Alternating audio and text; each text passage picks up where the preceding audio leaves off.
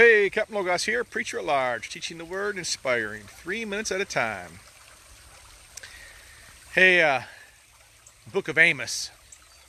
Amos is a minor prophet because he prophesied, but if you read the book of Amos, he goes and prophesies to the nation of Israel, and then when Israel tells him to go away, the king, he says, well, I'm not a prophet.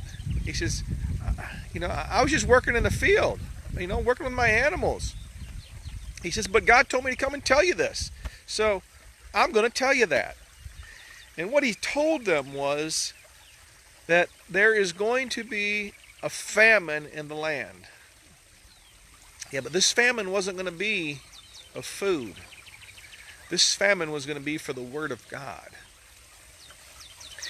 And I'm afraid that we've seen that come back around, a famine of the Word of God. So many people that don't understand the Word of God. They don't even try to understand the Word of God. Even a lot of professing Christians know very little about the Word of God. Now, how can you say you know God and know nothing about His Word? How can you say you know God and not read His Word? The only way to know God is through His Word. You see, in the Old Testament, a rabbi would go around and people would see him and want to be like him, and they'd ask him, hey, can I come with you? Can I follow you? And the only people that he ever chose to be disciples were those that had this great fire and this great passion and this great ability to memorize and understand large portions of the Scriptures. Because back then it was the Torah, the first 5 books.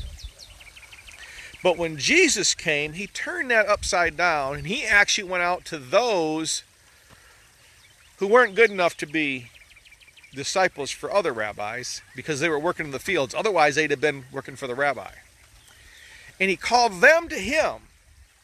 And the difference here is he wanted to instill the fire and the passion and the knowledge. You didn't have to have it, but once you came to Jesus, you had to seek it. And I'm afraid there's too many of us that don't seek the Lord like we really should. I'm afraid that we've become complacent in the everyday, complacent with the trials of life, and that we really don't want to learn and know about God, even though we said, yes, Lord, to your will, and yes, Lord, to your way. So right now, I'm not talking to those that don't know God. I'm only talking to my brothers and sisters that have made a profession of faith. Why do you think I drive in every single message to get your face in the Bible? Because the only way to know God is through His Word. And so I just encourage you this morning, if you haven't been in His Word lately, may I suggest that you get your face in the Bible.